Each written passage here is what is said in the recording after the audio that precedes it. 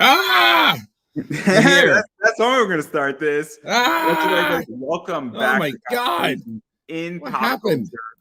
We are back in the saddle once again for another Yeah. season. And obviously, I have with me comic creator Rich Perotta, I think it is. Perotta. Everybody gets it wrong. It's okay. Perotta. Perotta, Yes. who How you doing, has man? done everything Everybody in gets it wrong. comics. It's okay. Perotta.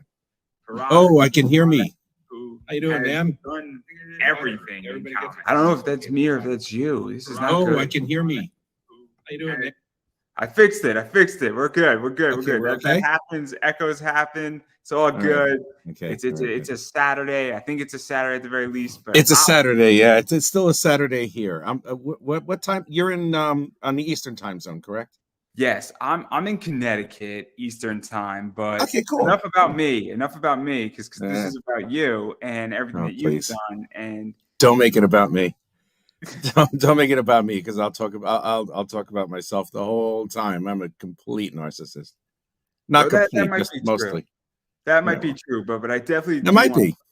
I definitely want to talk about you to some degree, because by all means, please. I'm honored you even want to. I'm honored you have me on your show. Thank you. No, I'm excited to have you on. And this is the thing that's interesting about you is that you came into comics a little before 1994, but you did a lot of work for Marvel. And you were in a very interesting time, because one of the things about people in comics is that a lot of people have come in the last 10 years, I feel. And Kickstarter, and in the last 5, Kickstarter has expanded and has made more of an indie movement. But you have been through Marvel in 1994, and okay during that time. But then obviously the whole comic bankruptcy happened, and all these people laid off. And I know that you survived at least one round of that. But what was the scene like? Because I think people have forgotten that comics didn't just start 5 years ago. Well, you want me to start when I was working there on staff? Okay. Well, it was plentiful. I don't know what Marvel was doing, but at one point in the mid 1994, they had about 110 titles that they were publishing, right around that. And what happened was that a good majority of them were really bad. Now, I was working in the art corrections department, and man, we were busy. It's like a lot of the artwork that was submitted into to some of these offices and editorial offices, and I was blown away that the quality of these pages were actually being published. It's like they were just outrageously bad. But I think what they were trying to do was like trying to outpace the sales for DC Comics or something. And I think there was a investors market where everyone was just purchasing copies of like the first issue of everything, and they just decided to push everything out there. And it was, after a while, it just got too much. A lot of the books are being returned. They were terrible, and a couple of other things happened along the ways, and Marvel almost went under right around 95, but then definitely around 97. Yeah, so let's even talk about that, because obviously, they had a bunch of good stuff. They did. And the ones that I'm sorry, go ahead, Andrew. My apologies. You first. No, you're fine. You're fine. This is an open discussion in a lot of ways. I'm very relaxed right now, especially after my interview last night around 5:00. If anything for that's a whole different ball game. Okay. Super fascinating interview. Definitely not safe for work. Is a nice way to put it. I'm good. I'll be nice and calm. Trust me. I need to be. I'd like to think that I am now lately, but yeah, there are times when I'm really raw, but I'm not going to. It's fine. You can say whatever you want on my show. It's an open show. I don't really care so much, as long as. Thank you. It's not terrible. Well, what happened was I remember the day that we found out what was going on. We were all. It was right after Christmas, right after New Year's, and we were in this hall. It was like decked out. It had shrimp plates all over, open catering, open bar, the whole thing, the whole shebang. And we did this for a few hours. and we got really soused, and we got really full of food and all that stuff. We were all jolly and all happy, masters of the universe and all that stuff. And then all of a sudden, they decided to lay out their plans for what they were going to do for Marvel Comics going forward from January 1995 on. And they decided to consolidate 110 titles that they were publishing. And they canceled 60 of them, and they were going to run with maybe 50 titles. So a lot of us were wondering, that's a lot of shortened books. What's going to happen? So within a couple of days, and I will not forget that day, Marvel laid off 2/3 of their staff. 2/3. That includes the editors. That includes a lot of the production people. A lot of administrative, a lot of receptionists, a lot of corporate, all that stuff. Those guys got fried quick. It happened all in a day or two. And yeah, we all went to the pub. We all went to the pub afterwards. And a lot of us were commiserating on how terrible it was. I survived.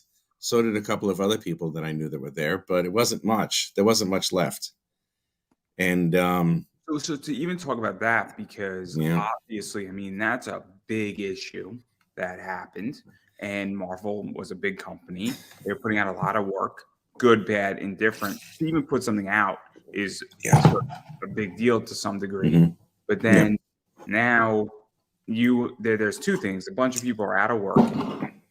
They don't know what they're going to do.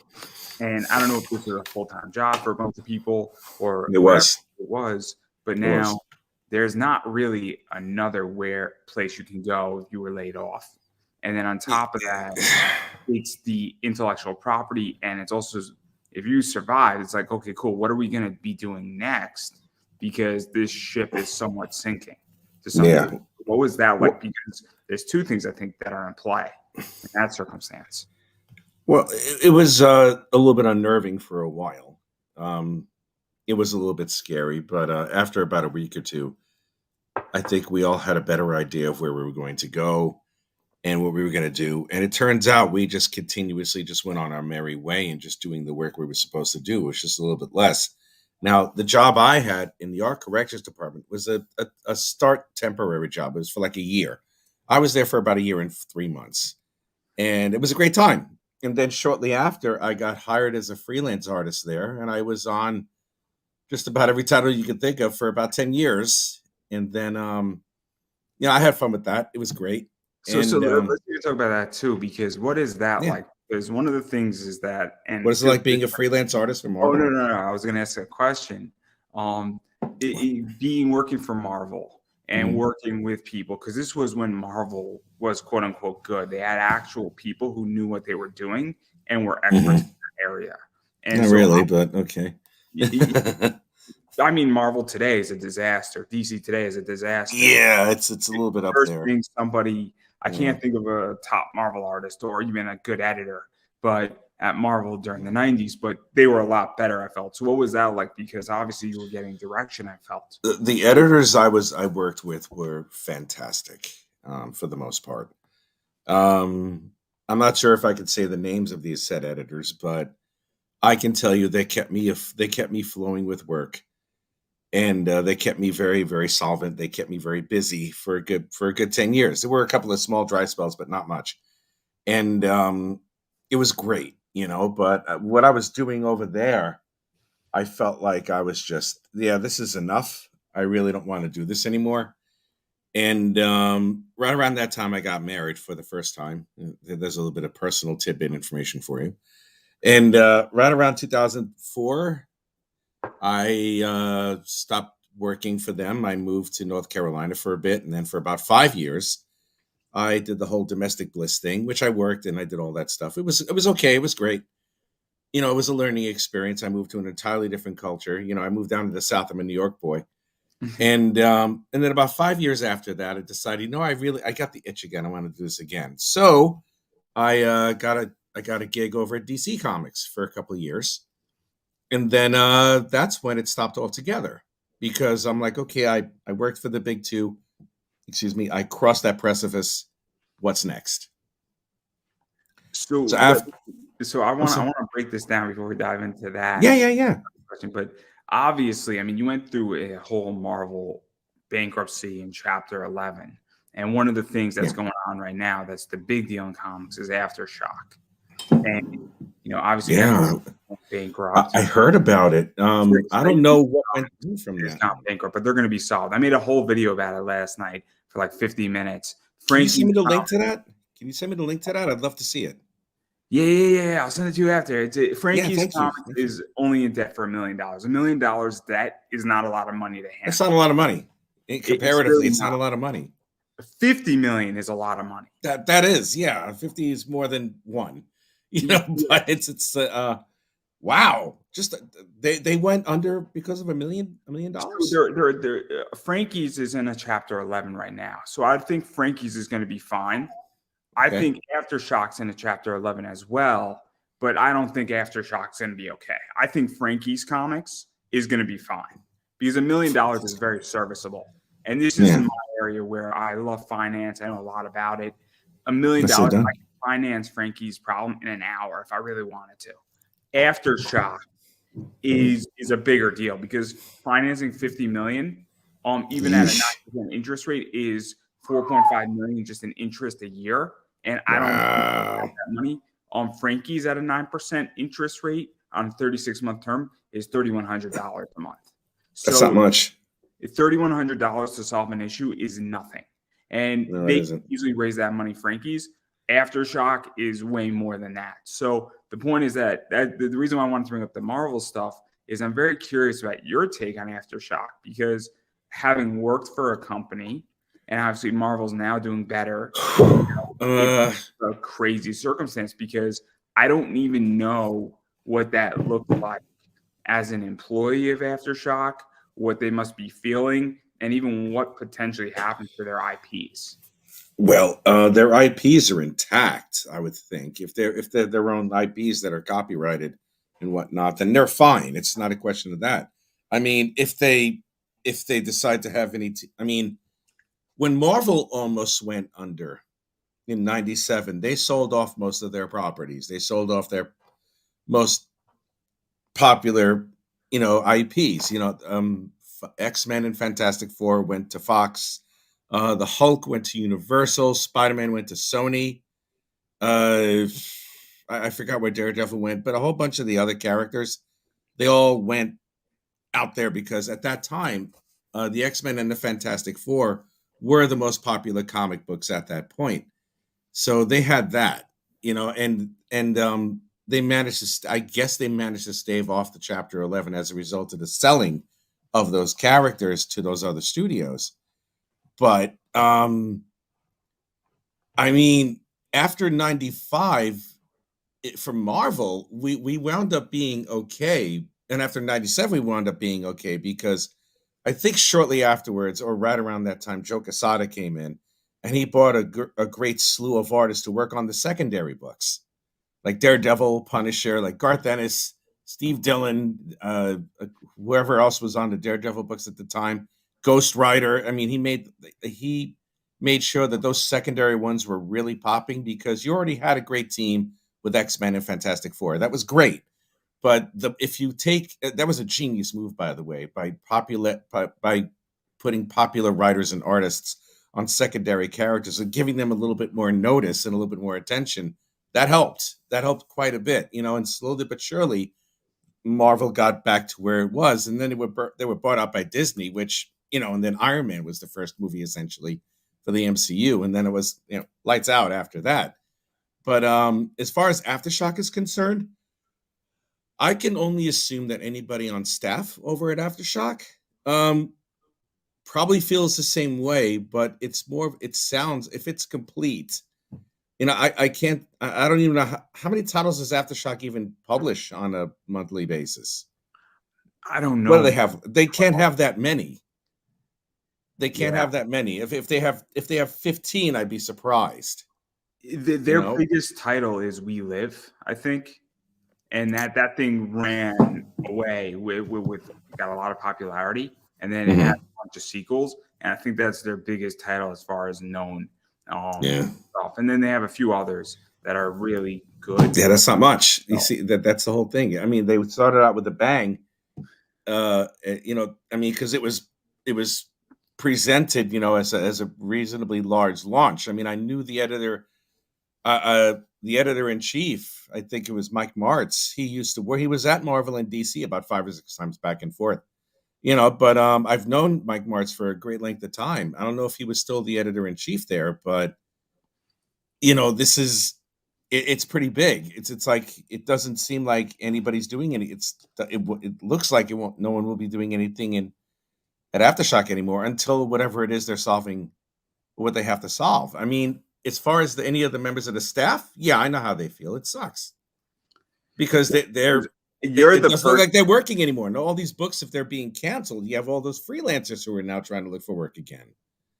Because that hurts. That hurts a lot, man. We've been through this, and that's why I'm very curious. Your opinion? Yeah, it's not pleasant. If you're a freelancer, it's not pleasant because your bread and butter is based on how much work you can produce and how good you can produce it. Now, I mean, I had plenty of work for the 10 years I was at Marvel, and quite frankly, for the 2 I was at DC. I had a good amount of work, and I had a lot of fun doing it. But there were times when I wasn't getting a little bit more of like a couple of bites here and there from other editors, so I had to go look for the other work. Like I had to hustle in the middle of doing the work that I was doing. So you have all of that, and it's like you have to have that added pressure of continuously hustling. And now, and this is before the internet was something that you could use to continuously search all the time for freelance artwork. And excuse me, sorry about that. I was having some tea. Nowadays, it's if you want to try and get into the big two or some of the other companies, it's that much harder because everyone and their brother is trying to submit all their portfolios and all their work into it. Let me ask you a question about that too, because obviously what I see right now on the indie side, and again, how I see it is I see a lot of people going one or two directions, saying, I don't want to work for the big two. Yeah, you don't have to. I'm not interested. I want to do my own stuff. The real money isn't creator owned per se. Maybe they want to go to an Image. Maybe they want to go to a smaller one, like a Titan, a Zenoscope. Maybe they want to go to Dark Horse, something like that, or IDW or Dynamite. Or what some people want to do is they want to produce a good book, but then they want to get into Scout because they want the Scout name next to their name. And they want that brand association, or they want to make a pitch to work at Marvel. And so they want to produce a book because they want to work at Marvel for a few years so that they build their brand using Marvel's name. Their own book working for Marvel? Or writing, Spider-Man and then have like a 2-3 year thing and then come out of it. And so hard to do. I think it's a really bad business plan. It's hard to do. It's you see, Marvel has said in no uncertain terms that I don't think they accept submissions that much anymore because it's Marvel, they're going to receive thousands upon thousands daily. I think what they do is they look for people. I think what they do is they look for you. They look for the artist that they think is going to have the biggest impact. I can only assume DC Comics might be doing that also, provided they're even around in a few years anymore. From what I understand, they're doing horribly. It's I don't know. The state of American comics, especially independent ones, I mean, they're thriving within their own bubble, but they don't hold the candle to the big two or to manga comics. Manga comics outsell American comics by at least 3 to 1, from what I understand, maybe even higher. By far. I'm going to Barnes. Yeah, that's bad. That's bad news. Because it's like we're getting. It's like the Japanese have once again taken over another major industry that we love. First it was the cars, now it's this. So it's like, and it's quite frankly, it's our fault. Quite frankly, it's our fault. We have the capability of creating so much better stories, and we don't. So I'm a little biased where I'm a big, collector. I have a thriving eBay business selling variants. And I think the variant market collectively in comics is doing fantastic. Well, that's good. What is the variant market? What is that? So it's just different covers that deal with exclusivity. Oh my God. Okay. All right. I know what you're talking about. Okay. So maybe it's a 200 print run, but nobody is necessarily reading that book, but they're looking at the art. and it's very Yeah. an alternative asset class. That is doing fine, and Good. that will continue to do fine. And there's a reason why all these stores now are starting to carry variants, because the margins are higher, and it almost exclusively sometimes keeps up a shop and allows them to last another month or another year. And there's real Okay. money in it. But I don't necessarily think it's good for the industry as far as readership. It's Yeah. good as far as sometimes you have to do things to keep your business alive, and that might be the answer. Yeah. But again, it's a component that I don't think is toxic, but it's also not growing. But Well, I'm curious about that the too. thing with me is, as far as variant covers is concerned, yeah, you can have one or two. If you, I mean, do what you want. But for me, it's like, if you're gonna have someone of note doing the interiors, you really would rather have them do the cover also, instead of like having a cover by a particular artist and all of a sudden the interiors look different. That's never been a good look for me. I mean, I'm not a fan of anything like that. I mean, if you want, go ahead and use them. If it works, fine. If it gets you Oh a little no, bit no, more money, or fine. But I yeah, like I'm the not a rule. fan of it. I think the rule ultimately is that if your interior artist did a cover, maybe they should do the cover A. And then if you have Oh yeah, somebody absolutely, absolutely. who like, I'm a big Sun Kumanaki fan, for instance. I Mhm. love Sun Kumanaki. So if a Sun Kumanaki did a cover B, I don't Mhm. think that's disrespectful, but I also think that you have to make that crystal clear. I Yeah, think where it becomes tricky is when you don't Mhm. make it clear. And I've seen yeah, it. And then it's like, yeah. oh That's not man, there's good. a nude girl on the cover of the book, and then the book has no nudity. I'm like, what the fuck? So I've seen that, but also because I hate to Yeah, say it, people don't read beyond just the picture, and they look at the cover and they're like, oh, that's what the book's going to look like. And well, yeah. I look, mean, it's not a but practice I would employ. That's just me. Do what you want. It's not a practice that I would overtly employ. Maybe I would, if I when I finish publishing my next thing. I'd consider it, but not really. I mean, if I was going to do it, it would be a friend of mine who I trust. I can name two or three people off the top of my head that I would say, yes, you can please do a variant cover. Yeah, they know who they are, but yeah, it's a very, very select few that I would trust. Very select few. well, I have a list of only a few people that I want to do variants for me. And my project is going to be interesting. It's coming this year. Well, And good for you, man. When are you launching that? I have to raise some capital first, maybe June, August. Okay, good So for you, so so, man. so it's a little while out. I'm dealing Mhm. with a surgery first, in which that Okay, one problem comes before another. And I okay, figured that why add extra pressure onto myself, and I think that that's another thing that people sometimes in comics don't yeah, understand is that it is. It's you're making a comic, and maybe you're better off doing 3 books a year and not killing yourself on that fourth one. yeah, yeah. Three is a push. If you're doing it by yourself, three is a push. I've discovered that. I discovered that quite recently, that it's not easy to do a book in such a short amount of time, because you wind up messing up a lot of things. So for me, it would be like, yeah, twice a year is the most that I would ever do. Twice a year is the most I would ever do. You know, yeah, that's it.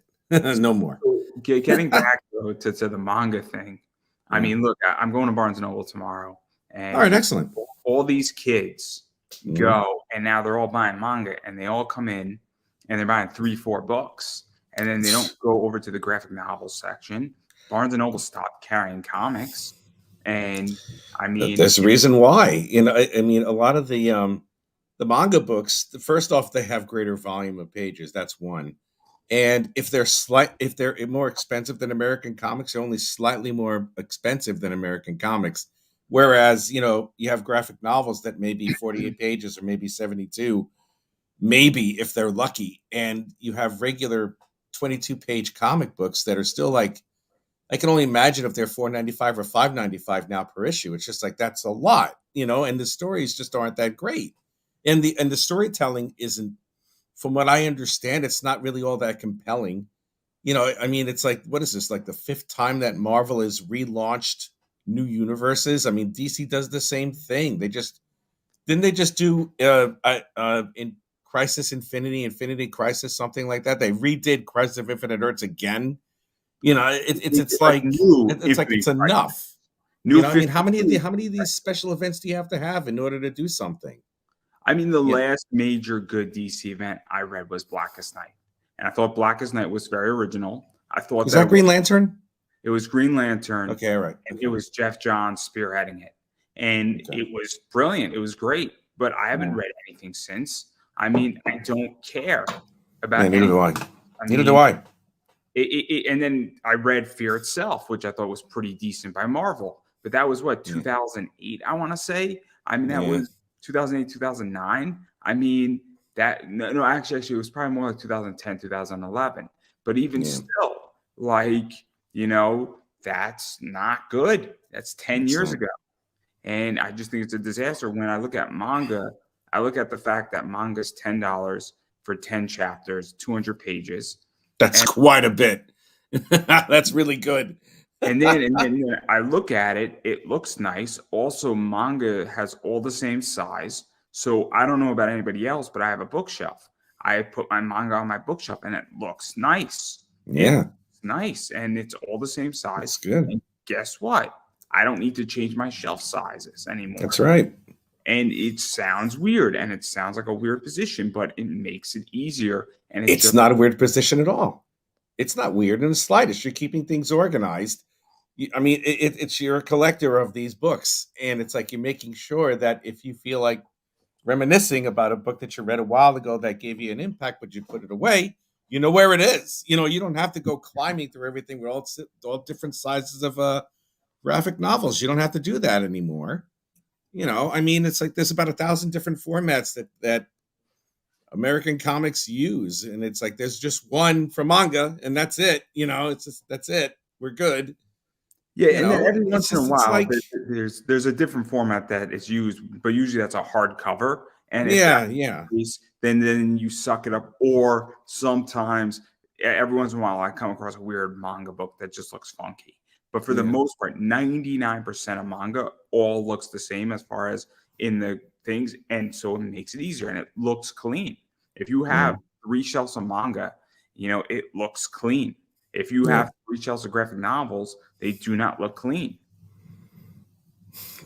It is exactly what it is, man. It's like it's a failure of marketing on the back end. well, Front end. it's that, and it's again, I have managed to read some of the Marvel books here and there. I mean, just in passing fancy, and I don't know what they're doing, but the Marvel art is a lot of it is pretty atrocious, and the stories are the stories and the dialogue within the stories are badly written. It's almost like some of these characters they give speeches every panel. You know, I mean, there's no great dialogue flow. I mean, it doesn't grab me anymore. A lot of these characters, they've become uninteresting and they've become a lot much softer versions. I mean, Jason Aaron, who's been writing Thor for the longest time, really hates Thor. Like he has Thor lose his hammer. He has Thor get his ass kicked by his ex-girlfriend. You know, he's weak.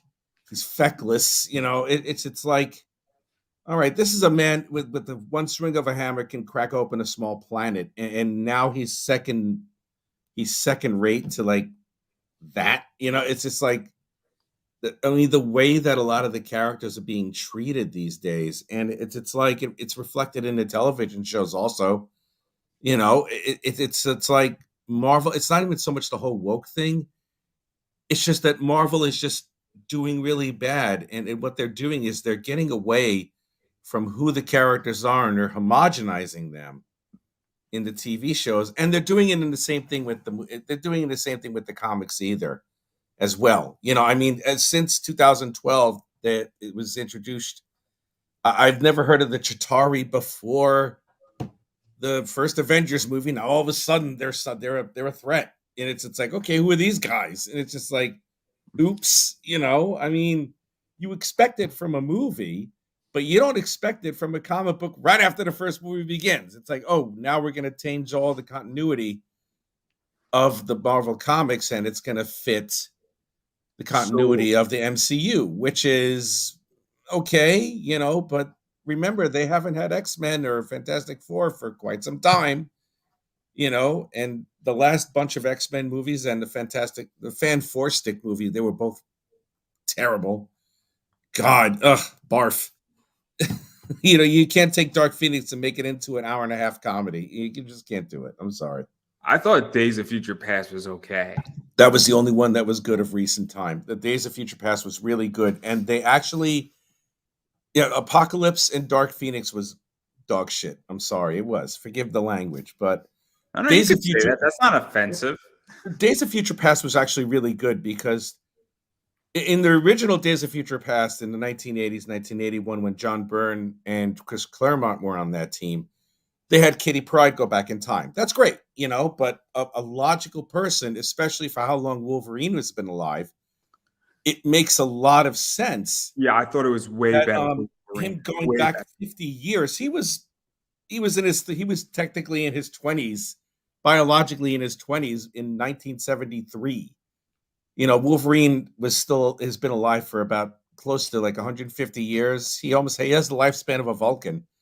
And it's like, it was a great choice for him to go back there. And I happen to really love the character development throughout, how they interacted with each other over the years and over the decades.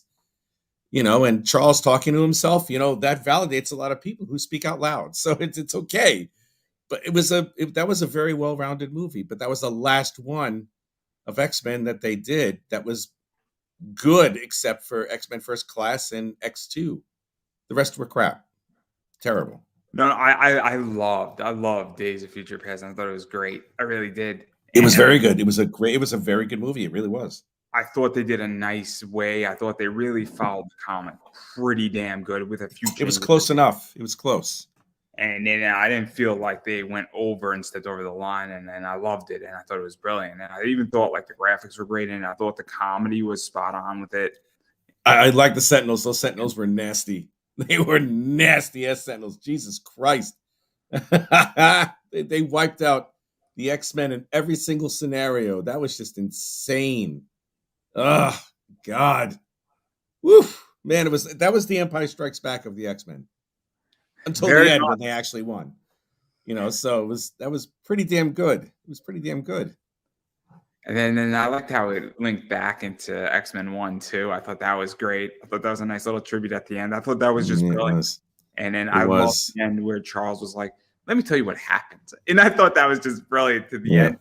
Yeah. He had to teach history, and I thought it was like, I thought it was good. And I like how Wolverine, when he came back, when he came back to the future, excuse me. It was good. And it's like how he saw everything. It was so differently. And then had that cameo of, the Beast going, "Hey, Logan, did you just sleeping too late again, huh?" And it was like, he just passed him. And it's like Jean Grey is there and then Scott's there. And it's just like, it was really cool. It was a really, really good movie. And I'm glad that I saw that I saw that in the theaters. I thought it was great. You know what I wish I saw in the theater? Oh my God, Zack Snyder's Justice League. Oh, oh my God. I cried. I watched it the day that it premiered on a DC. I forgot the name of it. DC Entertainment, the pay service or something. yeah, what Oh became HBO Max eventually. yeah, the HBO. I'm sorry, HBO Max. Oh my God. The last time I was ever wowed in a theater like that was or any superhero movie was when I can't even say Endgame was all that great, really. I mean, I thought Endgame was okay. I knew they were going to win at some point, but I mean, the last time that I felt like that in a movie theater was when I saw a relaunching, like an ultimate edition of Superman 2, the Donner cut. the Donner cut was, wow, so much better, so much better. And that was a similar thing with Richard Donner that they did with Zack Snyder. It's just that Richard Donner never had the chance to finish the movie until much, much later. You know, because from what I understand, the Salkins, Richard and Elia Salkin, they fired Richard Donner 3/4 of the way through the production of the second movie. So they hired Richard Lester, who is a good director, but he's more of a comedic director.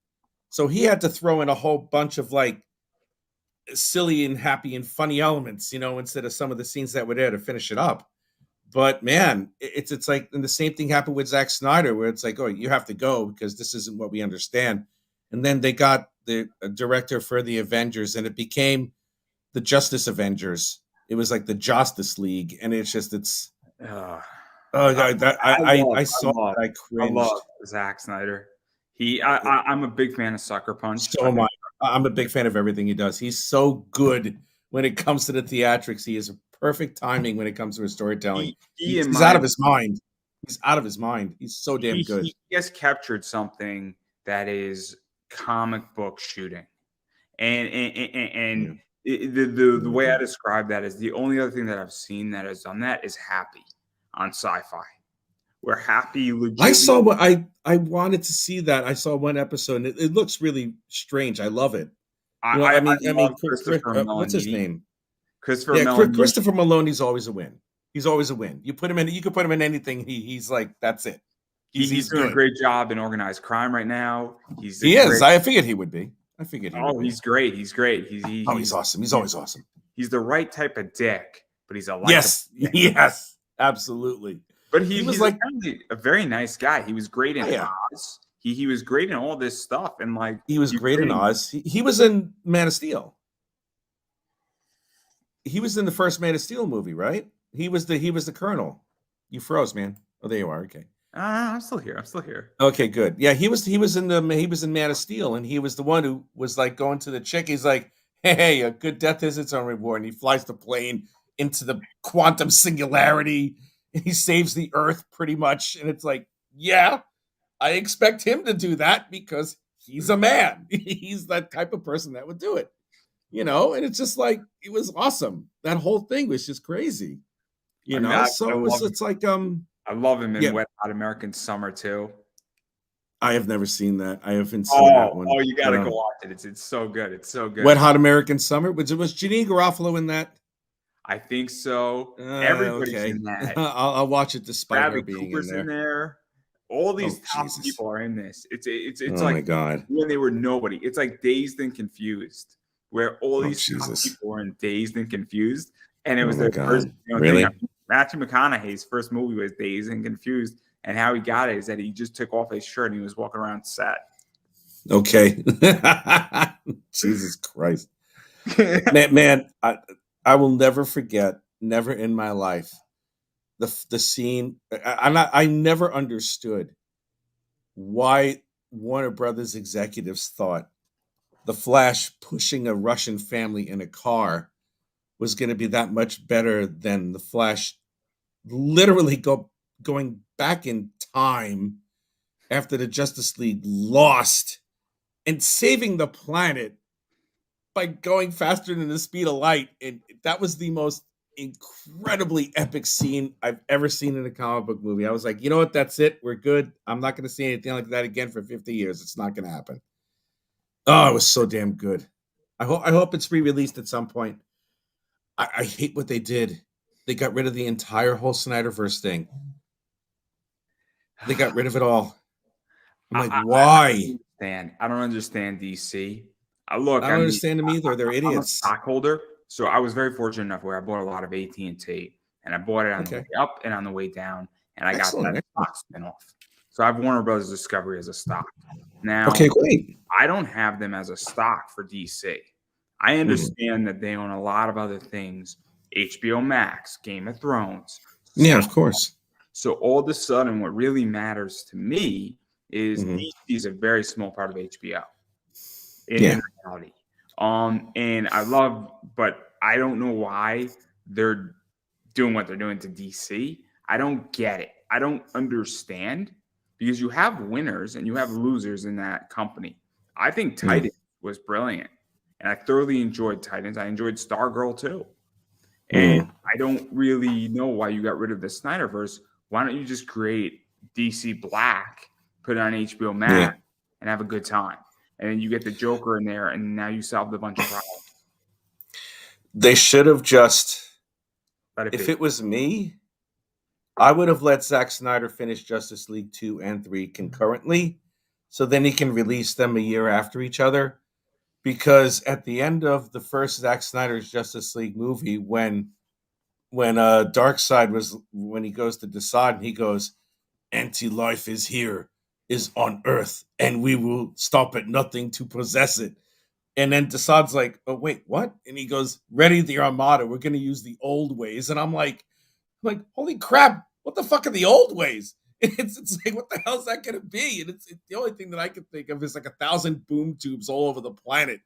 And it's like, then it becomes the real Justice League. And it's like, Jesus Christ, I can't even imagine what that would have been like. But that's not going to happen. Now you're going to have young Superman.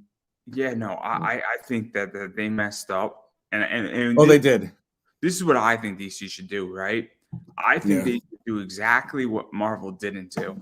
I think they should go create 3 separate things that are going on and break up all the characters to some degree. So what you have is, you might have Green Lantern, and then whoever's associated with Green Lantern, you have those stories, and those are going to play around in a bunch of movies with each other. So you get the single movies, the crossover movies, and now that's one version. Then you might get Batman doing his own movie, you get Superman doing his own movie, and then Batman, Superman come around, Wonder Woman comes around, if you're going to reboot the whole thing. Then you have other characters in the third group, and then eventually you get to a big event where all 3 of those things converge, but you're talking 10 movies in each of those categories before they start converging, and then you converge outward, and you converge inward. And now what you're really doing is that you're building a lot of stuff, but if you are only dealing with 5 characters in each category, it's less confusing. And also, it is the market, because let's be realistic here. A Green Lantern movie, maybe it doesn't hit. So maybe you got to go back to the drawing board and you say, look, Kyle isn't the answer, but John Stewart is, or Guy Gardner. And now you could really test things, and you actually see what works. And then you could take that information, because it's a long game. It's not a short game. And that's the problem I think that a lot of people in comics do not understand, is you need to think long term. I'm an investor. My horizon as an investor is 5 to 10 years. It's not 6 months from now. No, and it's not. I think this is the biggest problem with American investing, is that people have a 8-month investment term, and how you make real money as an investor in America is looking at it at 5 to 10 years out. I never knew that. That's good knowledge to have. Because it's compounded. So if you buy Coca-Cola and you hold Coca-Cola for 10 years, statistically, you're going to be up so much more. There's a statistic that came out on Bitcoin. If you bought Bitcoin at $200 and you just left it alone, it would have compounded 25x.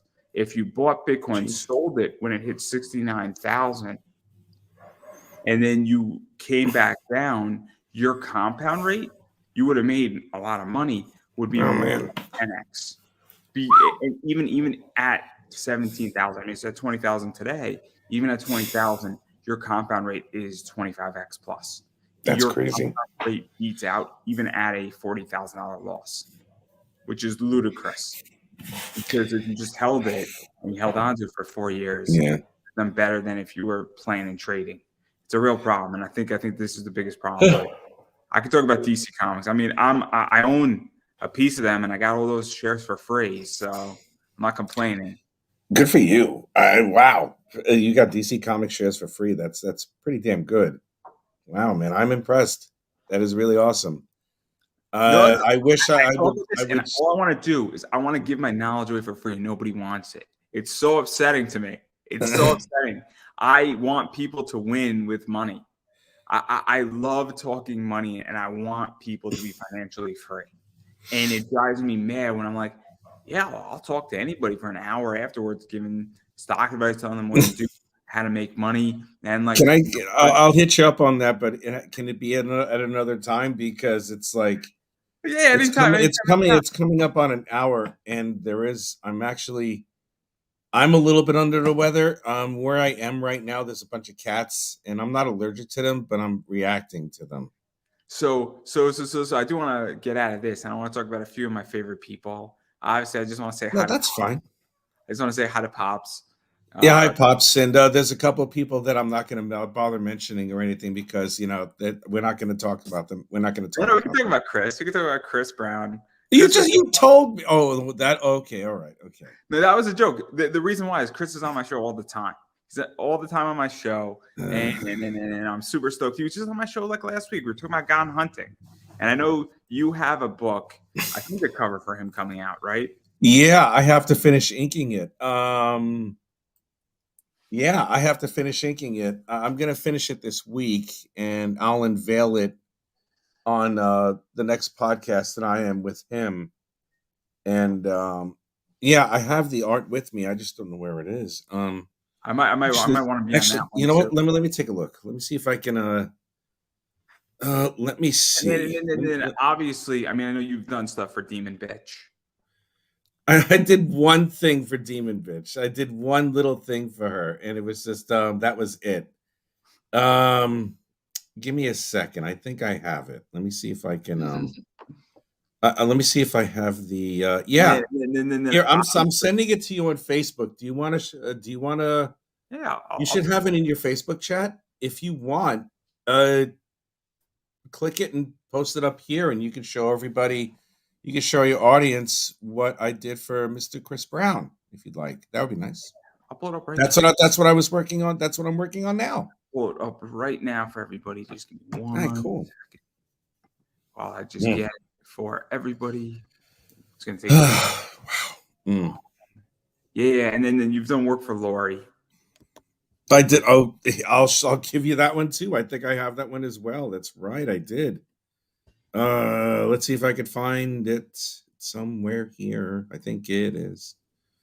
Well, I also. What else did I do? This is Chris's one. That's Chris's. Yes, that's Chris's. Oh man, that's a little fuzzy.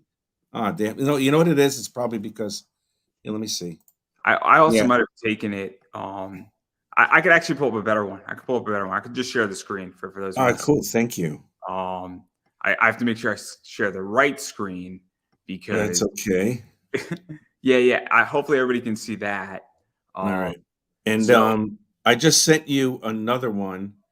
I sent you the pencil version of the cover of what I did for Lori's book. I'll pull that one up too. So if you want to pull that one up as well. I think that's it, right? It appeared. Yeah, that's a Path of the Pale Rider. That's one of the alternate covers, and it's like, yeah, I did that. That was fun. I did that live. I drew that live on one of the podcasts that Pops has, and yeah, man, that was some fun stuff. So I was joking when I said we can't talk about Lori or Chris. Oh, okay, all right. I thought you were serious. I want to make that crystal clear that I was joking. There are people we can't talk about for real on this show. They know who they are. For me not to be able to talk about you or not want to talk about you, it's okay. It takes a lot. But yeah, man, Chris has been on a bunch. Chris has been on a bunch. I'm going to be on Chris's show talking about probably fishing, so that'll be fun. Because I like fishing because I get to sit on a dock and I can't move. And as a person with a disability, I can feel like a hunter. Not having to actually hunt. You open up a few cold ones, you just throw your rod out on the dock. Man. And absolutely. Me versus the fish. But even going further into that too, what is this like? Because you've moved from working for the big two, having that, and then doing a lot of work for your own book, and then doing covers for other people. And it's kind of, I think, the right change because at this point, thank you. Indie comics are big. I'm in the process of hiring variants. I don't want to tell anybody my idea at the moment, but when everybody, publicly at least, a few people know it, I'm right now raising funds. I'm just waiting to really up and get it going. And I think people are going to love me and hate me at the same time for this. And be like, Mhm. brilliant. That's brilliant what you're about to do. Well, It's so good. It's so good. It's so good, my thought. But I love the indie market, for the most part, because a lot of the stuff that I started doing for the indie market, a lot of the books that I started penciling for them, I had to create a lot of the characters in the concept format, and it was a lot of fun designing them. And as I did, I felt closer to the project because a lot of the other characters I had to work on for Marvel or DC, it's like these characters have been established forever, and it's like they're not really mine. I can't see myself as a creator or a sequential artist continuously drawing someone else's characters. I want to draw my own, and I wish we had time to talk about it. I'll see if I can send you the graphic novel in PDF format. But I have a book. Let me see. I don't even think I can even show you. I don't know where the hell it is. Pardon me. so let me ask a question because and I'll just Mhm. put my job into this. I'm Yeah, right yeah. now my job creating a policy and creating a procedure out of scratch. It's a lot of fun to some degree because it's very Yeah, cool. I've done that too. It's like, So yeah. when you're creating a logo, for instance, or you're creating, something, what is that like? Because it is fun. I mean, obviously with Chris's thing, I think certain things have been established. But Well, also you have a um, freedom to do cool shit, for lack of a better word. well, I'll give a personal story here. I moved to Great Britain in 2000, February 29th, 2020. And 2 weeks later, that's when quarantine hit for COVID. And then 2 months later, I found out that I had cancer. Yeah, that's fun.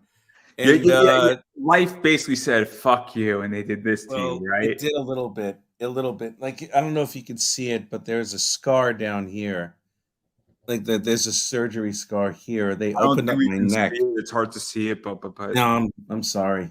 I have a scar. it's not important. I have a scar We're from gonna the keep back of going. my ear all the way to my clavicle, and they opened me up, and they had to cut my neck muscle in half to reach into my chest cavity to pull out the 95 lymph nodes that were cancerous. And then I had to go through radiotherapy for about a month and a half. And during all my cancer treatment, I was drawing, writing, and coloring the first issue of my graphic novel series. And I did all that while undergoing treatment. And when it was finally published, it did pretty decently. The second issue did better. And I still have yet to get back to the third issue because I've made a couple of adjustments in my art style, but I should never have done it. And I got to tell you, I had that was one of the best moments of my life because it's like I didn't know if I was going to live or not. They couldn't find the cancer. They knew I had it, but they couldn't find it just yet. And It's funny. I was reading about James no, Hunt. it's horrifying. It's horrifyingly funny. It really is because it's like it's a joke. It's like I just came back here, and I'm like, oh great, I may die. It's like maybe I should do something So before anything else happens. it's interesting because James Hunt went through. He was Formula One driving. Him Yeah. and Nicky Lauda. Brilliant, Mm. brilliant. One of Chris Hemsworth's best roles ever. Um, Okay. Howard directed that movie. And the point of where I'm going is that James Hunt said, "The closer I am to death, the more I feel alive," and that's Yeah, a very true statement. Every time I've done something that's that could true. have gotten me killed, and I've Yeah, crossed the line, I felt more alive than ever before. that's And I very feel true. having that, and people can see it, and they could smell it, and like people are like, "Oh shit!" Like Mhm. there's something going on. Like I did a very Yeah. dangerous interview last night with somebody, and she's a sweetheart. It was great, but it was a very adult interview. Bella Rockefeller, very adult, entertainment oriented, and it's Who's Bella Rockefeller? Never she's heard an of her. LC dominatrix fighter. Adult industry model. Awesome. I have her number. It's cool. Nice. Oh my God. It's fantastic. It's fantastic. You naughty pimp, you. Oh my God. You got to keep that pimp hand strong, my friend. Make sure that, if she disobeys, she either has to make you a sandwich or she gets the hand across the butt. No, I'm making her a sandwich. That's how that's going to go. All right. Okay. All right. I know my place in the relationship. I'm perfectly happy with it. Oh my God, that's too much.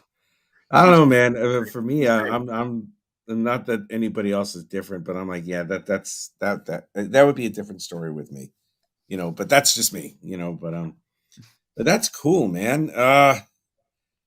Yeah, and it's been an interesting ride because as of September of this year, I got hired as a university lecturer teaching gaming art, concept art, and stuff like that. And it's the most rewarding thing I've ever done. It's the greatest.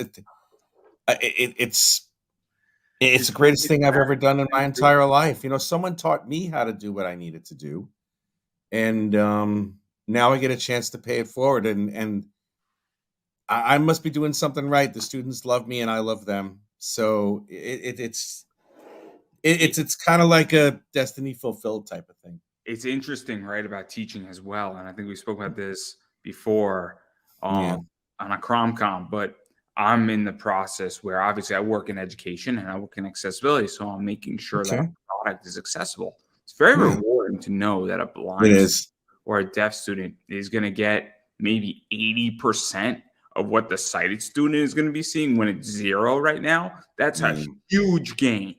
That's fantastic, man. I would like it, but I understand there's limitations. I'm a realist, but I can get it up to 80. It's better than nothing. Whatever you're doing, it's better than nothing. And 80 is a B, guys. It's a B. And I will happily take a B any day of the week when we're starting at an F. But my point is that also I'm building out my class of teaching people how to invest in comic books. And my class is going to be like $40, maybe $50 on Udemy for about 20 hours. And my whole thing is that I'm going to find it very rewarding when I do that. And I'm now speaking to people about financial literacy. And that is also very rewarding when I go and I talk to somebody on Kickstarter. I'm like, great, you have a Kickstarter manager, but let's talk about your business. And let's get you to the point of what I've done in my eBay business, where I've created a business that gives me a distribution of 5 figures a year. And while it's self-sufficient. And that is impressive. I've become, and it's very lack of capital centric, meaning it returns me a distribution purposely, because more money in my business will not actually help the business. The business needs to stay where it's at, and it's a bad idea to reinvest the money back into the business because it'll actually hurt the business versus me taking it and buying another business with that money or buying equity. And so I want to free people financially, and I find it very rewarding because if I can free somebody financially, they're not in competition with me. If somebody wants to copy my eBay business model, it's going to force me to actually get better. And so I would imagine that it's a very cool thing when somebody gets to say, cool, I get to do this. And it also changes the way you look at life, I would imagine. That is true. That is true. I have a friend of mine who does very well for himself, but he's reached a certain point with his money that he travels all the time. And he's living his best life. He reached a certain point where he knows he's going to be comfortable for good. And that's a good thing. And if you're helping people with that, that's an even better thing, especially when it comes to trying to achieve their dreams and stuff like that. That's a very noble thing you're doing. Thank you. I definitely want to talk to you about this at another time, man. You'll forgive me. I'm fading a little bit. I'm not feeling very well. There's a reason why, where full disclosure, and I don't think you're going to mind me saying this, when we were speaking, you're like, we could do it before 10 o'clock. I said, dude, I could do it at 1 o'clock my time, your time at 6 o'clock, because I know you're in the UK. It was very nice of you to do that, by the way. Thank you. Thank you. I'm well aware because I speak to people from all over the world. I've spoken to people from Japan, from Spain, UK. Obviously, I speak to people out west. So I understand that I am dealing with people from all over the world. what I'm actually trying to do is get somebody from South Africa, because I have not touched Africa as a continent yet in my business. Okay. It's a goal. It's a personal goal. This year, it's something that I want to do. So if somebody knows a cosplayer or a comic writer or a voice actor or a wrestler from South Africa, and they're actually in Africa collectively, or South Africa or any part of Africa, I would love to be introduced, because I think it'd be cool. I only know a couple of Nigerian princes who asked me to marry them. So, But I digress. get that. I get those all the time. I'm I on my digress. 4th marriage with one of their princesses, so it's complicated. They haven't showed up yet, but I did send $100. Oh, They said man. $1 million rupees, so I don't know if it's a good deal. I don't. Maybe she'll show up. Maybe she got held up in customs. I don't know. It's all right. It's all right. I understand. No. I don't pay at all. But anyway, God. I do want to Thank give you a you. chance to self-promote yourself. Okay. Where could people All right. find you, bother you, hit you up? People can find me on the Madness Comic Network. I co-host a couple of podcasts. The Monday Madness and the Madness Open Draw Stream, where other comic creators like myself, we sit around, we kvetch, we talk about everything in general. We have a really good time. Sometimes it gets a little adult. Sometimes it gets very adult and very blue, but we have a lot of fun when we draw stuff. And that show is on at 1 p.m. Eastern Standard Time. And the Monday Madness is 3 p.m. Eastern Time on a Monday, in which we interview people who have Kickstarter campaigns or who want to promote their book or their game or whatever they decide to do. That's where you can see me Sundays and Mondays on those days. Absolutely. I will be there when my class launches, and I will probably give a 50% discount to everybody there. So if you want to take my class, nice of you. $20. Oh, no. Again. It's free money for me. So, but again, obviously I'm going to keep saying this. You have to support indie. What that means is you have to actually put your money where your mouth is. If somebody has an indie comic, you should buy it. If somebody has, an indie graphic novel, if they got a PDF of it, you should support it. Or if they have Buy Me a Coffee, a Patreon, all that stuff goes a long way. You'd be surprised. $5 goes a long way, because if 500 people gave me $500, I would not have a money problem. And that's true. Expand this massively. Pops is a good example. If everybody who had any interaction once a year gave Pops $5, the Madness would never ever have a monetary problem ever again, every year. And quite frankly, a lot of the people who subscribe to the Madness too, Pops helped out a lot of people ever since the pandemic started. And even if it's quote unquote over, there would be a lot of people who got their start there who quite frankly haven't really given him the respect that he deserves. If it wasn't for him, he wouldn't. A lot of people would be stuck. So no matter what anybody says, Pops Van Zandt deserves a lot of credit. I will say this, and I will say it about myself, and I think I can speak for Pops on this. I started doing a lot of live stuff in the middle of COVID because I realized a lot of people were fucked over. And particularly the industry that I thought was fucked over was the wrestling industry, more so than comics. Yeah. And so I said, look, absolutely.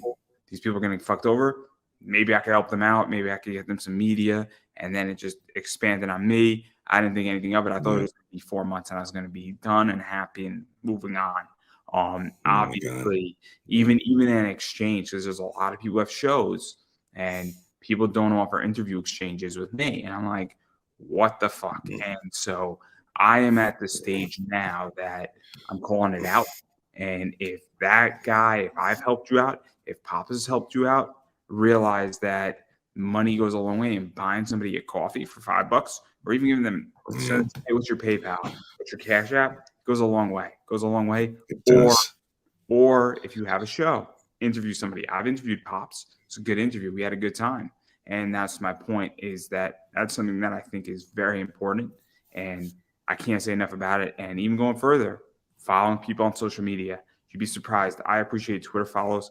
I appreciate Instagram follows. I appreciate a lot of things like that. Introductions are very helpful. Plenty of people introduced me to other people that have benefited me tremendously. I joke about Bella Rockefeller, but a guy named Tommy Bell really helped make that happen for me. And he's going to probably introduce me to Don Cross. And if you know anything about adult stuff, Don Cross is a very influential person in that industry with photos. So again, introductions are helpful. But I digress. I'm going to clearly promote myself because I don't want to keep here all night or all afternoon. I do want to watch some football, American football. No, that's fine. That's fine. I know the distinction. Don't worry. No, I'm making sure. Forgive me. I do want to talk longer. I'm under the weather a little bit. I'm just going to promote myself and then give you the final word. So no, that's fine. Thank you for having me on, man. I had a lot of fun. This is the part where I speak. You could speak in the final word. I'm going to speak now. Oh, okay. I'm sorry. Go ahead. No. Just follow me on social media, everybody. It's Pop Anime Comics on Twitter, Pop Anime Comics on Instagram, Pop Anime Comics on Facebook. I appreciate everybody who subscribes on YouTube, Pop Anime Comics. This way you do not miss interviews. I got a whole stack of people coming on this week. I have Dolan from Merck coming on. I got Mike Barron coming on. I got Bella Madison coming on. And then I got Dustin Waller, who's one of the best wrestlers in the world right now, coming on this week. So far, and I'm sure that's going to change tomorrow. I'm probably going to add a fifth, maybe even sixth person on. Hey, I might even show up on Monday if I'm allowed in to something on the Morning Madness or the Monday Madness, whatever it is. If I'm you're allowed, show up by all means, please do. But that's all I got going on. I also have Buy Me a Coffee. I have a T-shirt. So if anybody would like to support what I do, independent media is always gracious when people support me economically, but more importantly, I appreciate a share and a follow. It's free. It means a hell of a lot to me as a person. But anyway, that's all I got, and I will let you have the final word. Thank you for having me on, and I hope in the near future you will allow me back on here again and we can talk more about comics. Always, anytime. And thank you again, man. I had a lot of fun. To everybody out there who's watching, thank you. I'll see you guys in the funny papers. Yep. Take care, man. You have a good one, buddy. And that is a wrap, everybody.